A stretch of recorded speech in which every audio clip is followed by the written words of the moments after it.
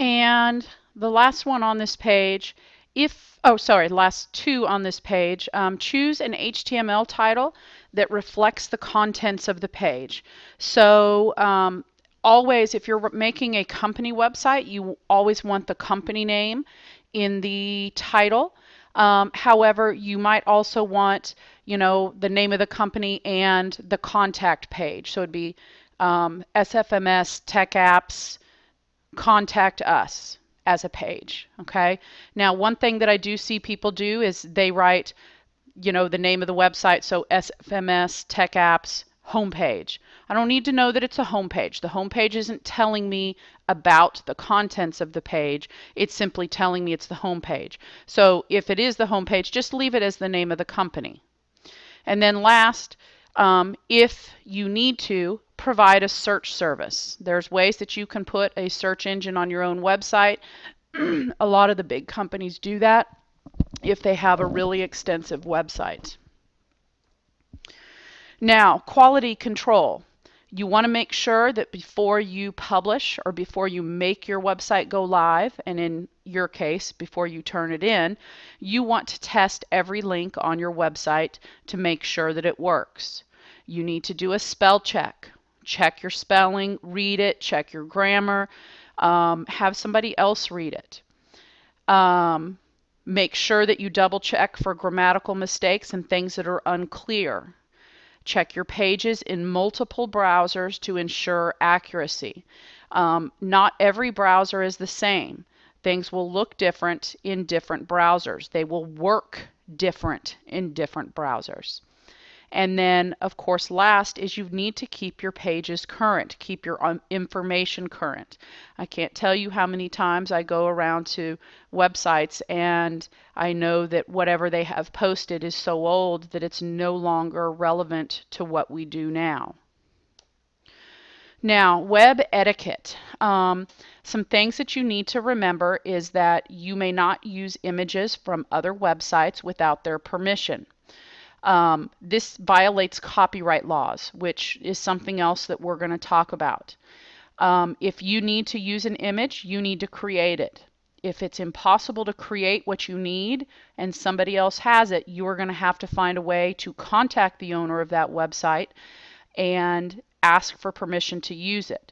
One of the things that creates a problem with that is oftentimes you actually find websites that have an image. They've posted it, but they're not the original creators of it. So be careful with that. Don't publish any copyrighted material without permission. Now, you may ask, well, how do I know if something is copyrighted? Well, sometimes it may have the copyright symbol. That's the C with the circle around it. However, that doesn't necessarily mean that that's all that's copyrighted. Basically, if you can see it, if it's something that you can see, you have to assume that it is copyrighted unless it specifically says that it is not. That includes anything from images to videos to music to books, etc. Obviously, you don't want to use copyrighted music without permission. You do not want to reproduce trademarks or logos. And then don't insult people, which I think that's a pretty common thing in life, but it also includes with websites.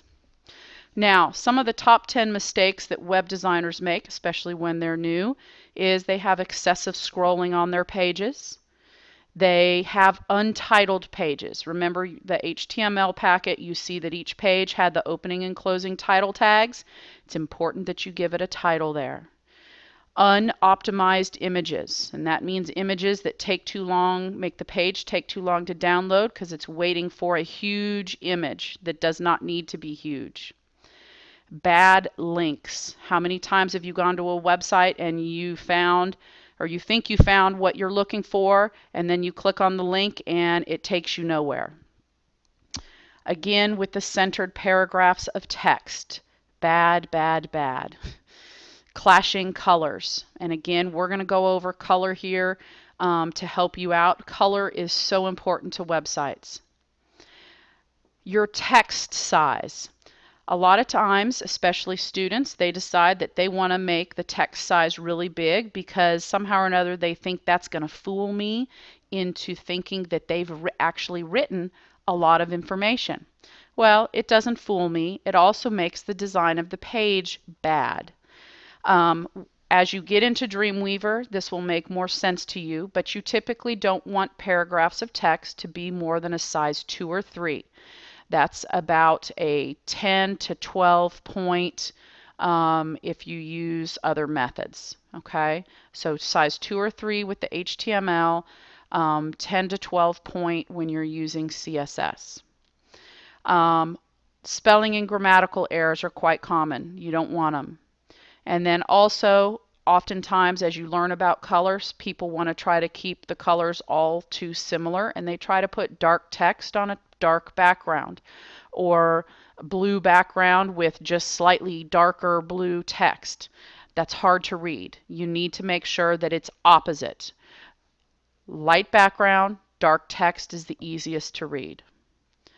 Now, we have top 10 annoying web page features that include pop-up ads. How many times do you go to a website and you basically get another page that pops up that's an advertisement that you have no earthly clue what it's about or want to see? Background music. Okay, you're sitting in class and you go to a web page and then all of a sudden your computer starts blaring music that you had no intention of listening to. Animated GIFs. Multicolored graphical backgrounds, meaning photographs, blinking text, cursor effects, flash intros, underlined text that isn't a link. And remember that you don't want to underline text because when we see underlined text, we assume it's a hyperlink to another page. A slow typing effect and mandatory site registration. The only reason you do that is to get spam in your email box, and we don't like that.